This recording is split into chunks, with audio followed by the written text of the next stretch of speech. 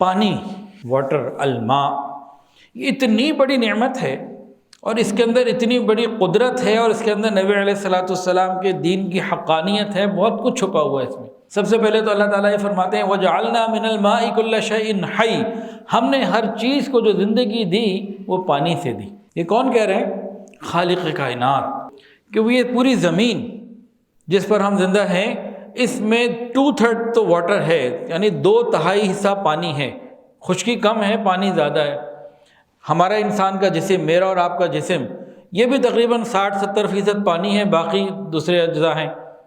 جتنے جاندار ہیں، یہ جانوروں کو لے لیں، ان کا بھی ایسے ہی 60-70% پانی، باقی دوسری چیزیں۔ سمندر کی جو مخلوق ہے، مچھلیاں وغیرہ، تقریباً 70-80% پانی، باقی پروٹین اور دوسری چیزیں ہیں۔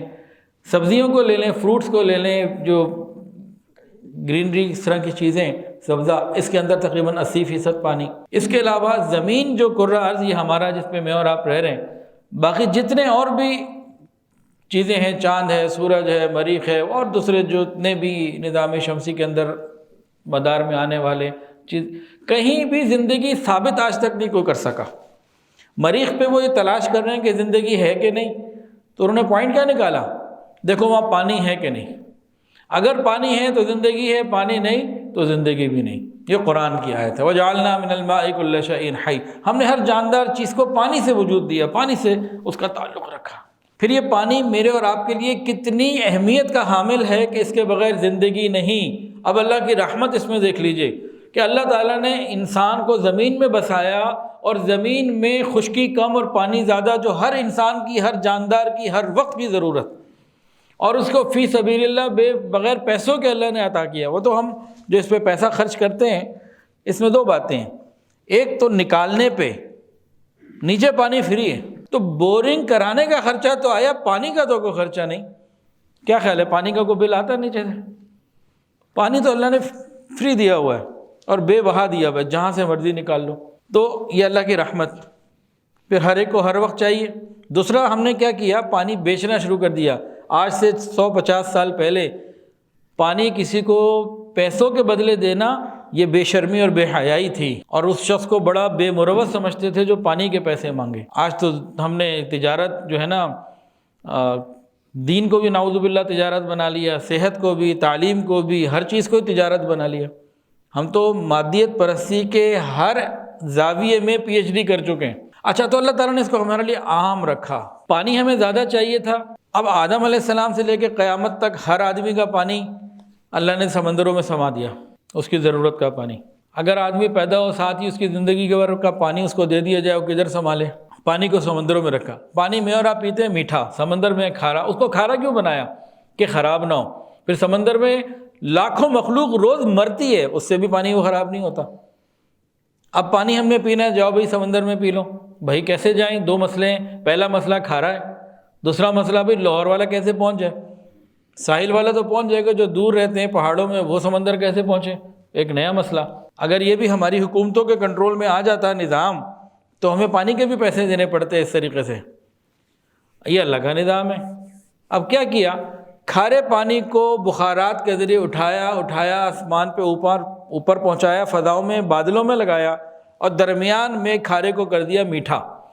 اب بعض ملکوں میں، کراچی میں بھی اب سننے میں آ رہا ہے کہ سمندر کے کھارے پانی کو میٹھا کرنے کے لیے اربوں روپے کے پروجیکٹس لگائے جا رہے ہیں، جو کتنا پانی میٹھا کر دیں گے ایک محدود تعداد میں، پورے پاکستان کو نہیں دے سکتے، ہر وقت نہیں دے سکتے۔ یہ فری کا کام اللہ نے کراچی کے سمندروں سے اٹھایا اور یہ اوپر پہنچا، اور نیچے سے اوپر جانے میں ایک پورا سسٹم ہے جس کو ہم نہ پورا سمجھتے ہیں، اور اگر ہم بنانے لگے تو ہمارے پاس اتنے وسائل نہیں ہے کہ اس کو میٹھا کریں۔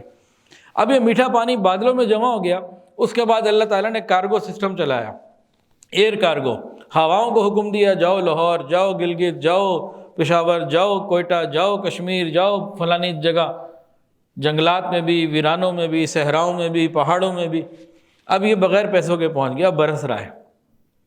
اب یہ برس کے جو پہاڑوں میں برسا، وہاں برف بن گئی، اور یہ برف کیا ہے؟ یہ ہمارے پانی کے ذخائر پینے کے، استعمال کے۔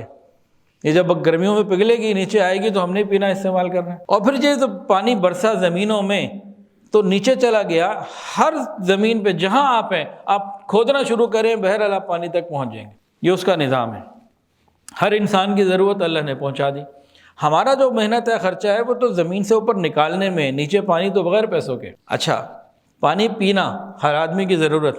خالی پانی پینا ہی کام نہیں ہے، پانی پینے کے بعد پانی کا نکالنا یہ بھی کام ہے. اچھا، پانی جب ہمیں پیاس لگتی ہے، یہ کیا ہے؟ پیاس کا لگنا اس بات کا اشارہ ہے کہ جسم میں پانی کم ہو گیا. بھئی خون کم ہو گیا، شوگر کم ہو گئی، بلڈ پریشر کم ہو گیا، کوئی اور وائٹامن ڈی کم ہو گیا، کوئی اور چیز کم ہو گئی. اس کے لیے ذرا مشکل ٹیسٹ ہیں، آسانی سے نہیں پتہ لگتا. پانی کم ہو گیا کتنا آسان ہے. اگر یہ بھی پانی کم کرنے کا کوئی ٹیسٹ کرانا ہوتا تو ہماری جو بڑی بڑی لیبز بن گئی ہیں تو پانی کی چیکنگ کی بھی لیب اس سے بھی بڑی ہوتی ہیں، 100 منزلہ ہوتی ہیں. یہ تو ابھی صرف 6-8 منزلہ بنی ہیں، کیونکہ پانی تو ہر وقت ہر آدمی کو چاہیے. تو یہ پیاس لگنا اس بات کا اشارہ ہے، انڈیکیشن ہے کہ بندے کو پانی کی ضرورت ہے. اب بندہ جب پانی پیتا ہے تو صرف حلق تر نہیں ہوتا، ہمارے جسم کے ہر سیل کو پانی کی ضرورت، گردوں کی صفائی اور بے شمار معاملات میں پانی کی ضرورت، جو ہم نہیں بھی جانتے پانی کی ضرورت. پانی ان تمام ضروریات کو پورا کرتا ہے، اور پانی اندر سے خراب مادوں کو، زہریلے مادوں کو پاس آؤٹ بھی کرتا ہے پیشاب کے ذریعے، پسینے کے ذریعے. کسی کو خدا نخواستہ پیشاب بند ہو جائے تڑپتا ہے، یہ بھی معاملہ. اب یہ فطرت نے سارا اصول بنایا، قدرت نے، اللہ رب العزت نے سب کچھ بنایا. ویڈیو کے نیچے سبسکرائب کے بٹن پہ کلک کریں، بیل کے آئیکن پہ کلک کیجئے تاکہ ہر نئی ویڈیو کی نوٹیفیکیشن آپ کو مل جائے.